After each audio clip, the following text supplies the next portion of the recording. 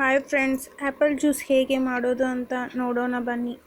ಇದಕ್ಕೆ ಬೇಕಾಗುವ ಸಾಮಗ್ರಿಗಳು: ಸ್ಲೈಸ್ ಮಾಡಿರೋ ಆ್ಯಪಲ್ 1 ಕಪ್ ತೆಗೆದುಕೊಂಡಿದ್ದೇನೆ, ಶುಗರ್, ಐಸ್ ಕ್ಯೂಬ್,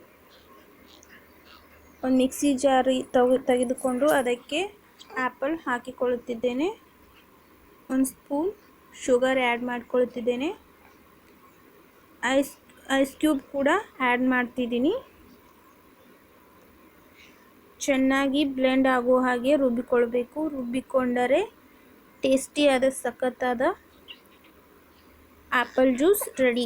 ಈ ವಿಡಿಯೋ ಇಷ್ಟವಾಗಿದ್ದರೆ ಲೈಕ್ ಮಾಡಿ, ಶೇರ್ ಮಾಡಿ, ಪ್ಲೀಸ್ ಸಬ್ಸ್ಕ್ರೈಬ್ ಮಾಡಿ. ನಮಸ್ತೆ.